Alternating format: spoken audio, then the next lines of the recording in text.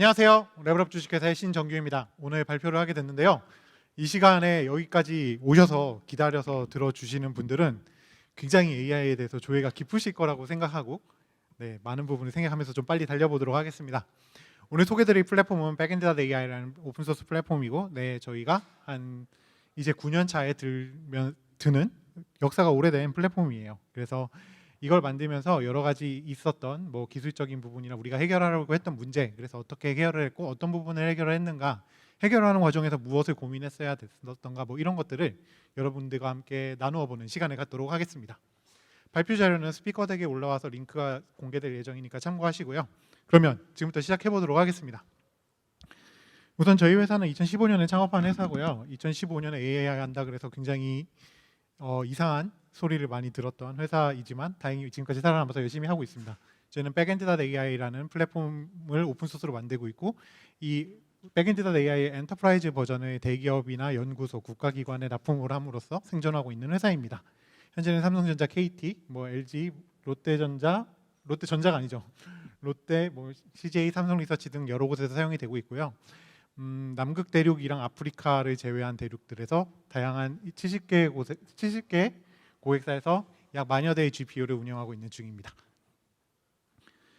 그래서 저희는 Make AI Accessible이라는 모토로 2015년에 창업을 했고요. 그러니까 모든 사람이 어디서나 AI를 사용할 수 있게 되는 세상을 목표로 하자라고 창업을 했었고, 당연히 2015년은 알파고보다 더 전이었기 때문에 사람들이 SF로 취급을 했었죠. 어쨌든 이 이슈를 해결하기 위해서 저희는 AI 시스템을 구축할 때 생기는 복잡성을 해결을 하고, 그 다음에 실제 세상에서 이게 적용이 될 때 비용 문제를 해결을 하자, 이 두 가지를 목표로 설립을 한 회사입니다.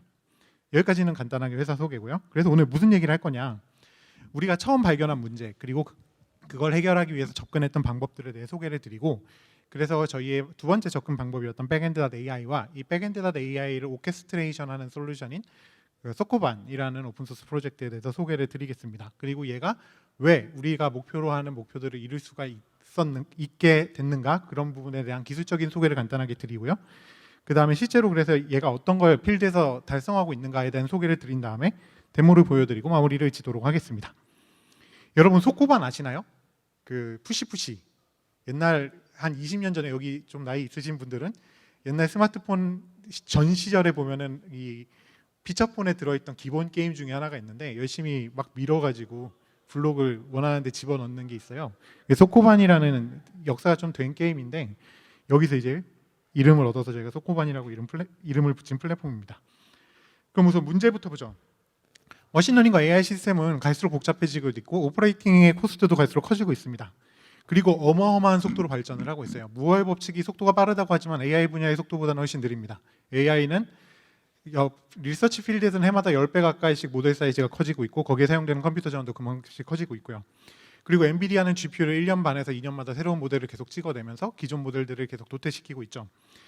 그리고 여기에 들어가는 엄청난 종류의 계산들은 엄청난 양의 빅데이터를 요구하면서도 동시에 하이퍼포먼스에 가까운 어떤 퍼포먼스 리퀘어먼트들이 동시에 혼재하는 굉장히 이상한 종류의 워크로드들을 항상 요구를 합니다.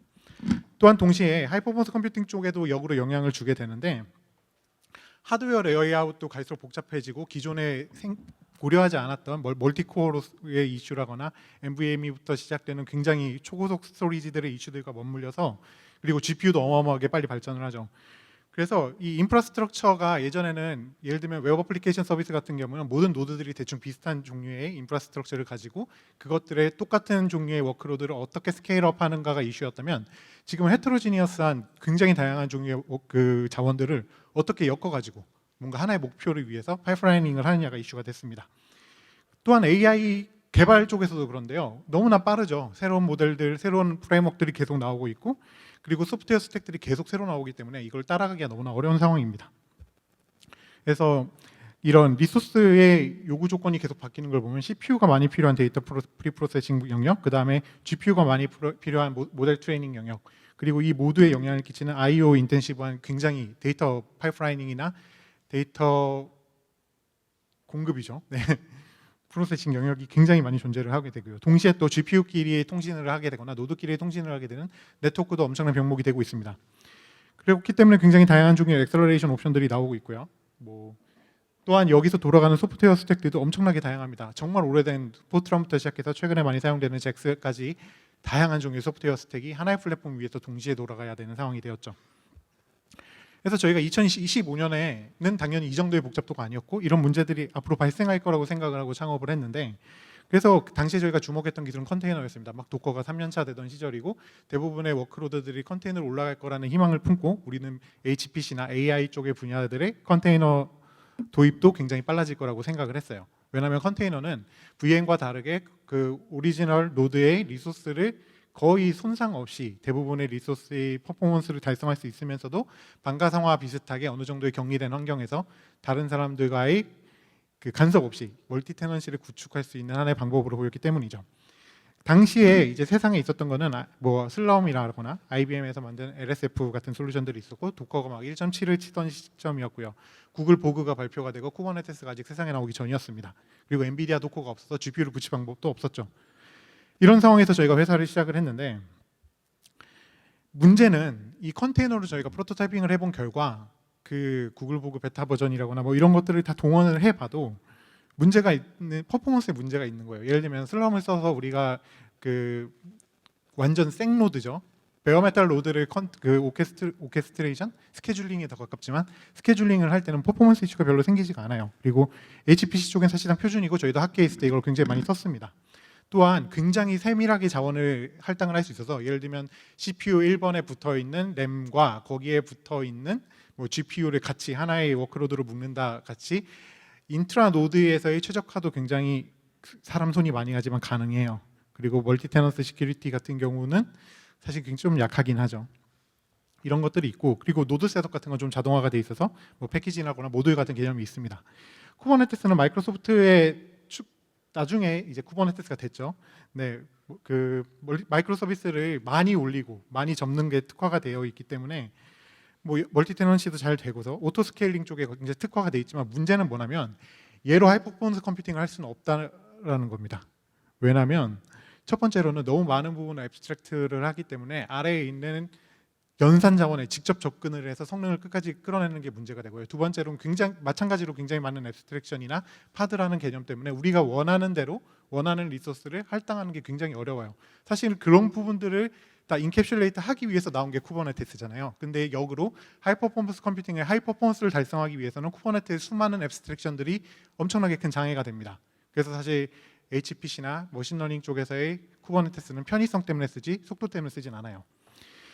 그래서 뭐 가장 좋은 건 이거겠죠. 두 개를 어떻게 잘 합쳐보면 되지 않을까 이런 건데 저희가 몇 가지 시도를 해본 끝에 그거는 불가능하다는 걸 깨달았습니다. 그래서 저희가 선택한 건 이거예요. 어떨 때는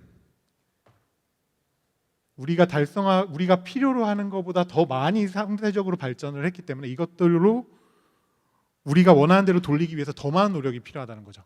그러니까 좋은 툴들이 있어요. 이 좋은 툴들이 나의 필요에 맞추면 그 툴이 제공해주는 기능들 중에서 어떤 부분은 저한테 맞고 어떤 부분은 저한테 필요가 없는 부분들이고 어떤 부분은 부족한 부분들이 있을 거예요. 그러려면 그 툴을 쓰려면 그 부족한 부분을 채우는 게 첫 번째 목표가 되겠죠. 문제는 어떨 때는 그걸 부족한 부분을 채우는 것보다 그냥 처음부터 다 만드는 게 더 빠른 경우들이 있습니다. 그래서 저희의 선택은 오케스트레이터를 그냥 처음부터 새로 만들자라는 거였어요. 그래서 컨테이너 오케스트레이터를 밑바닥부터 새로 만들자. 쿠버네티스가 아닌 걸로 라는 어프로치를 했죠. 그래서 얘는 애초에 처음부터 AI와 하이퍼포먼스 컴퓨팅에만 특화가 되어 있고 배치 워크로드나 뭐 인터랙티브 앱, 뭐 노트북이라거나 인퍼런스 같은 다양한 종류의 워크로드에도 대응이 되면서 그 아래 새롭게 당시에도 있었고 미래에 새로 등장할 온갖 종류의 하드웨어들의 앱스트랙션을 관통해서 바로 그 하드웨어의 성능을 끌어낼 수 있도록 하는 앱스트랙션 레이어가 완전히 반대로 된 쿠버네티스가 하드웨어와 컨테이너 사이의 앱스트랙션에 집중을 한다면 우리는 반대로 그 컨테이너에서 유저 쪽으로 가는 부분의 앱스트랙션을 하자.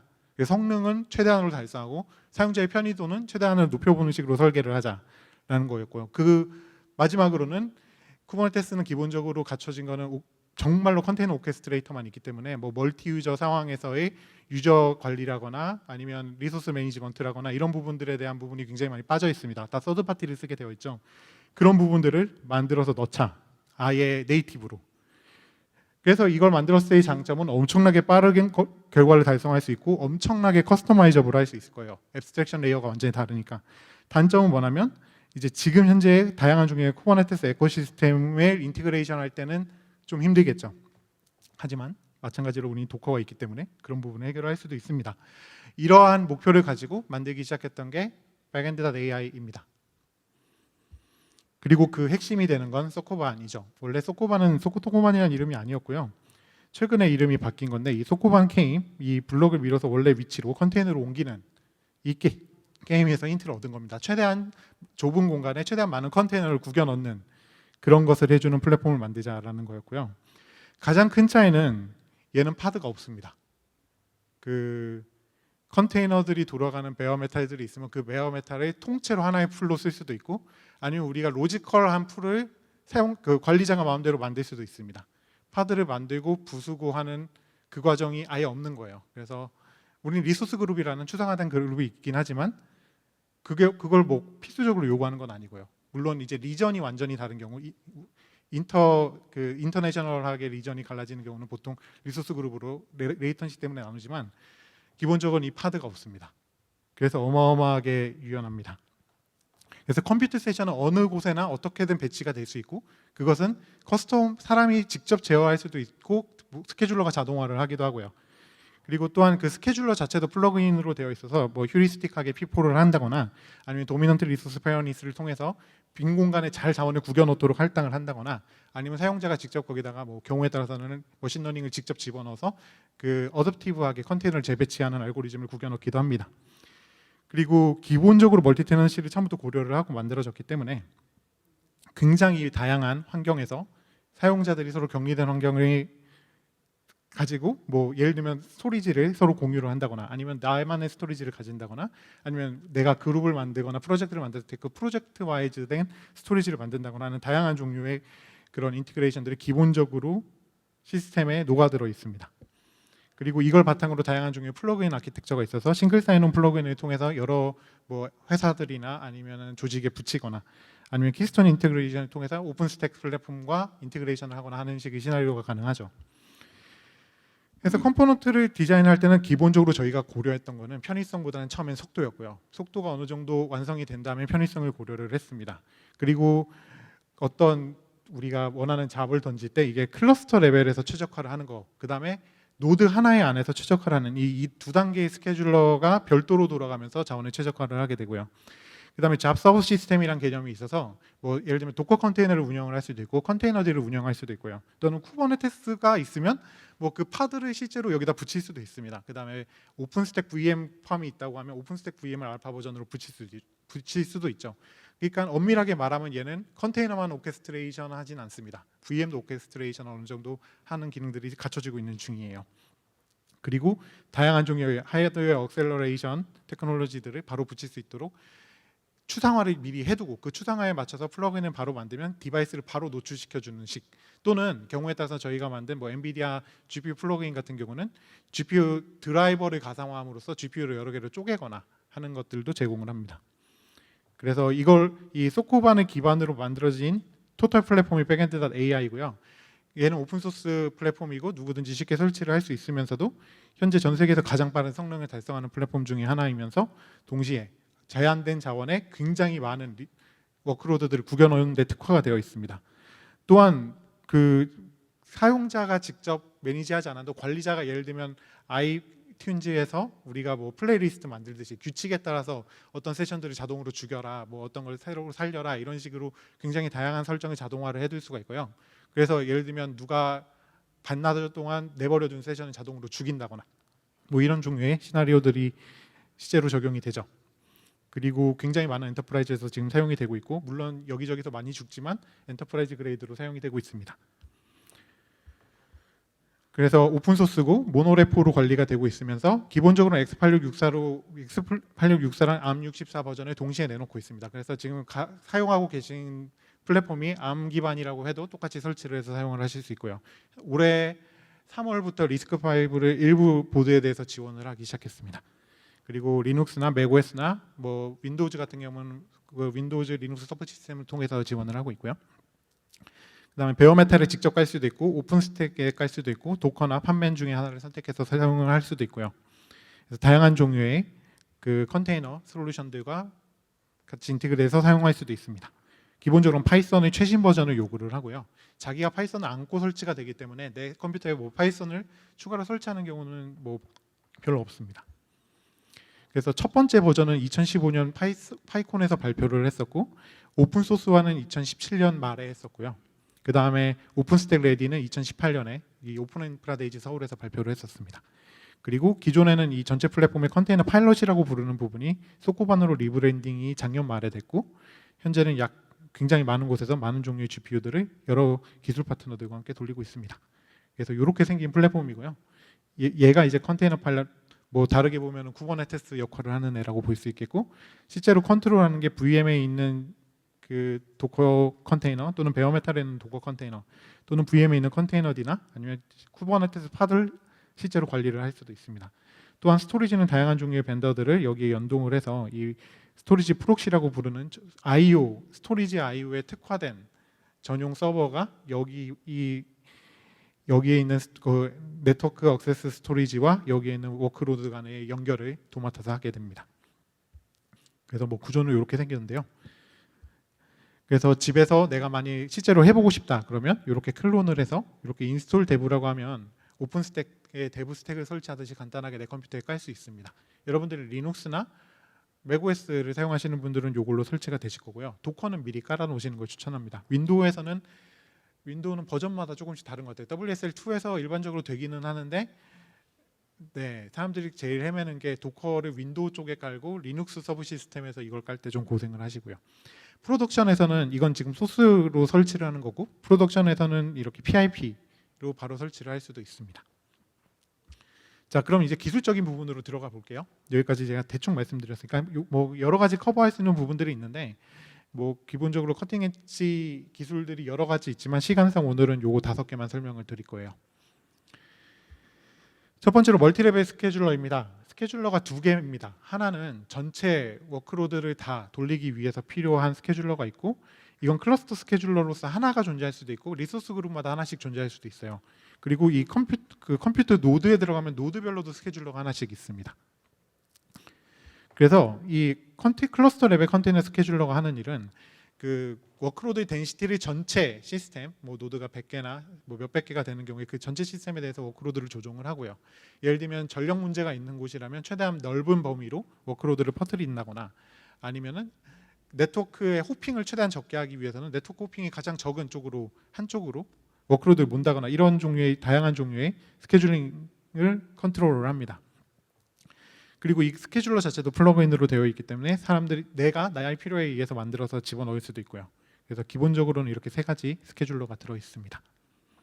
그 다음에 노드 레벨로 내려가게 되면 컨테이너를 어떤 자원을 어떻게 할당을 할 것인가, 예를 들면 CPU의 어피니티 마스크를 어떻게 고려를 할 것인가 같은 것들을 생각을 해요. 예를 들면 아까 간단하게만 설명드렸지만 우리가 컴퓨터라고 하면 집에서 쓰는 컴퓨터 말고 서버에 들어가는 컴퓨터는 CPU가 하나, 둘, 뭐 되게 특이한 경우 4개까지도 이렇게 들어있죠.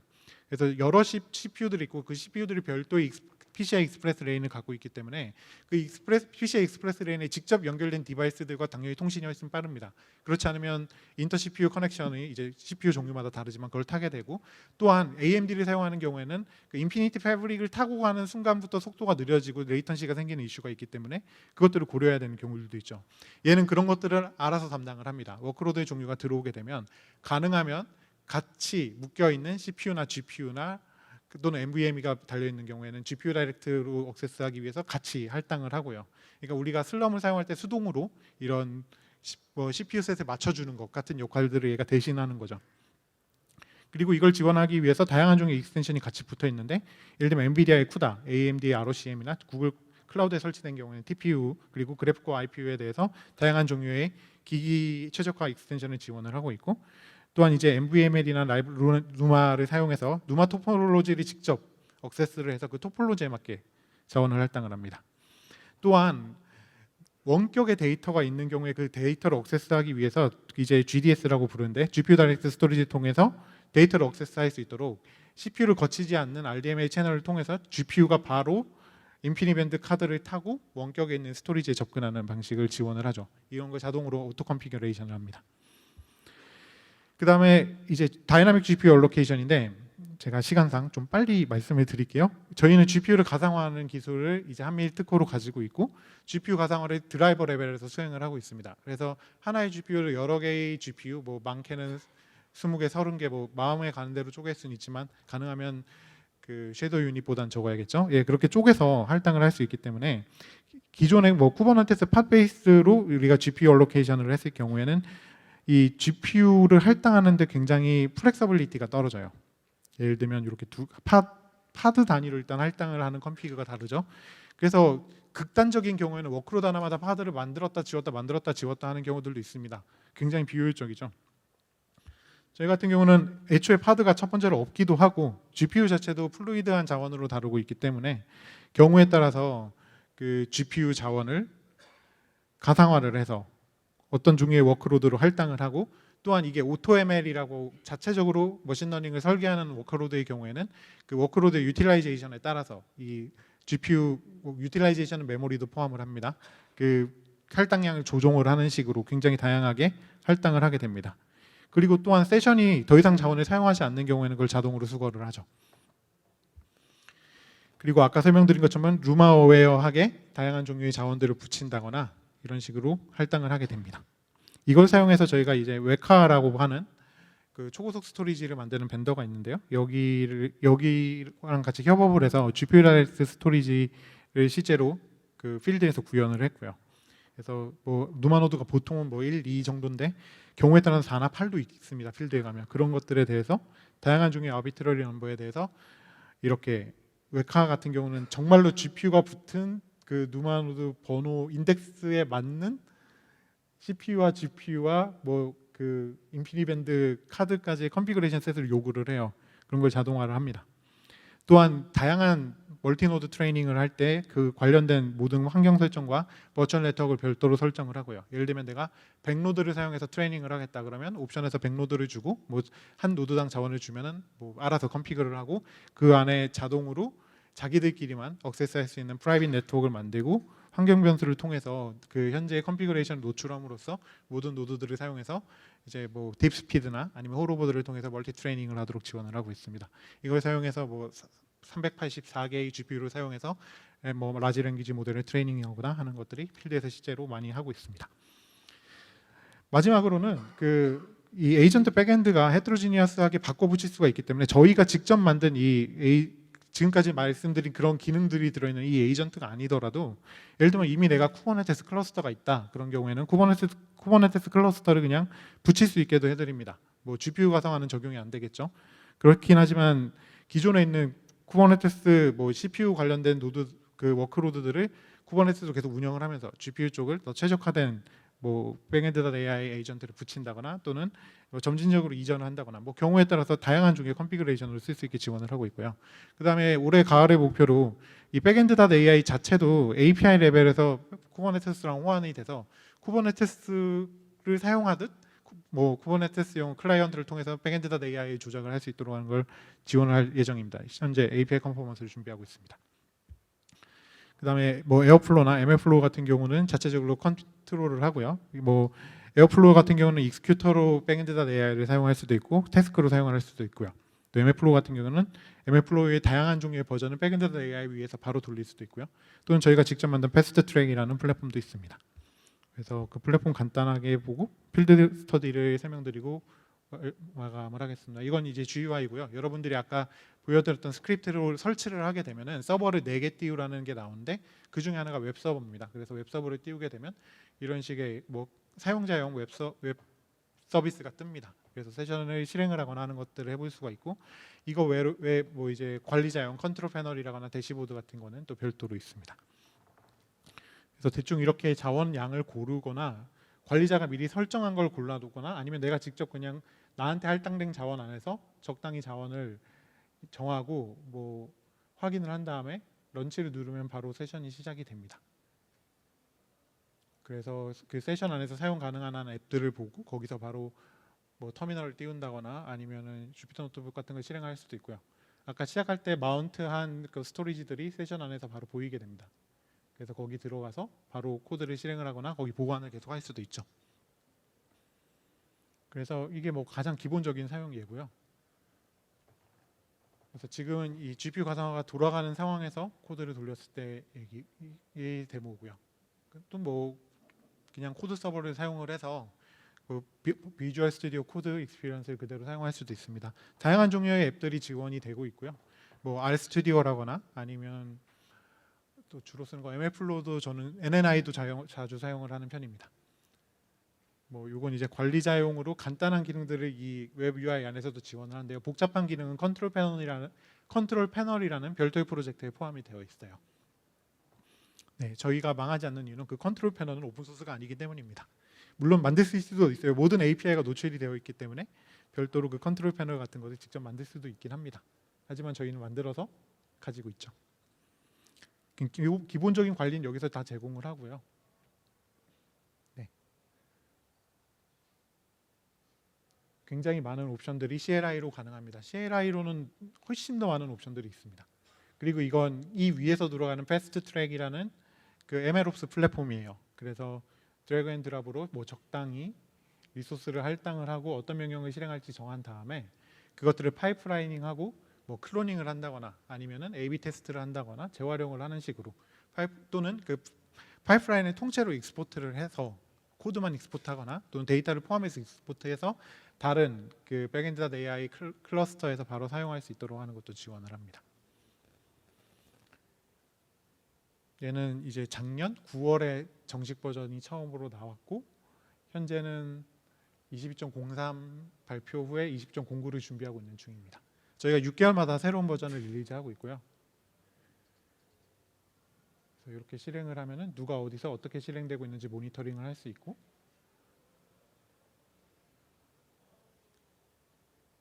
네, 그 결과의 로그들은 그 리니지에서 바로 전부 추적을 할 수 있게 됩니다.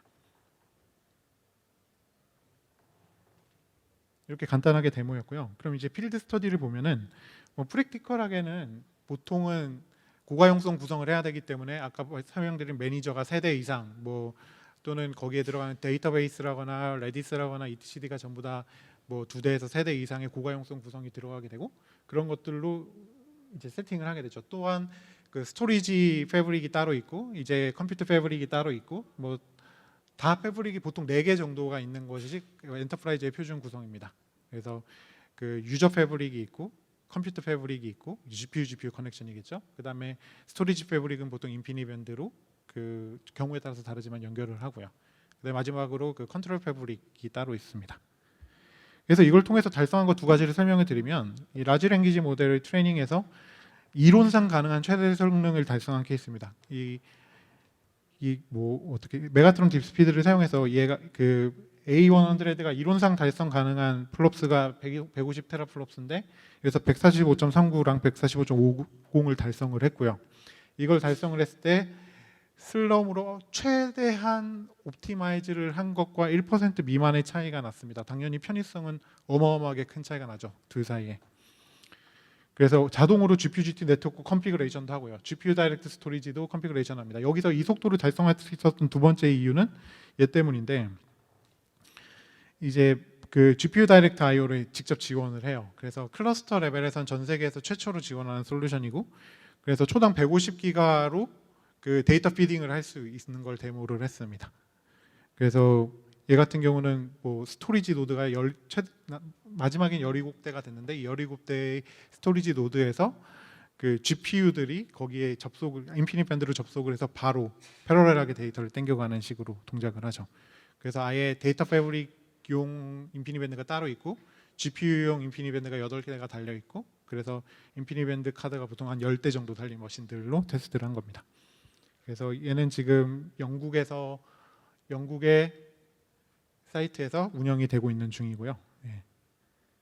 그래서 이 2가지를 달성을 할 수 있었습니다. 그러니까 성능에서 기존의 컨테이너 기반의 다른 솔루션들이 달성할 수 없었던 것, 또 VM을 통해서도 달성할 수 없었던 성능을 슬럼에 거의 유사한 성능을 슬럼처럼 어렵지 않고 전부 다 자동으로 컨피그 되면서도 컨테이너 기반으로 그런 관련된 소프트웨어 스택이 다 잘 인캡슐레이트 되어 있는 상태에서 클러스터를 사용할 수 있었습니다. 물론 사용자 컨트롤이나 자원 컨트롤 같은 건 다 포함이죠.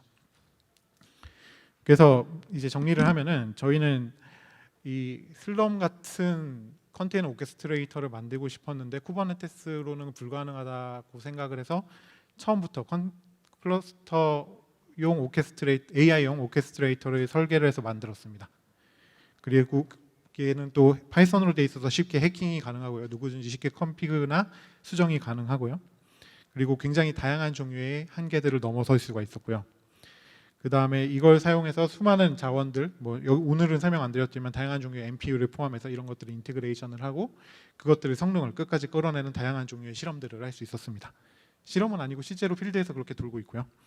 네, 그 다음에 그걸 통해서 베어메탈 위에 컨테이너 클러스터로서는 이제 세계 최고의 성능들을 여러 가지 달성을 할 수 있었습니다.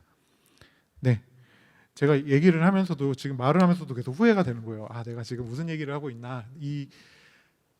이게 쉽게 말을 해보려고 노력을 했는데요. 아무래도 시간에 쫓기다 보니까 약간 랩을한 경향이 있어서 먼저 사과를 드리겠습니다. 그리고 여기까지 재미는 없는 얘기였지만 재밌게 들어주셔서 감사합니다.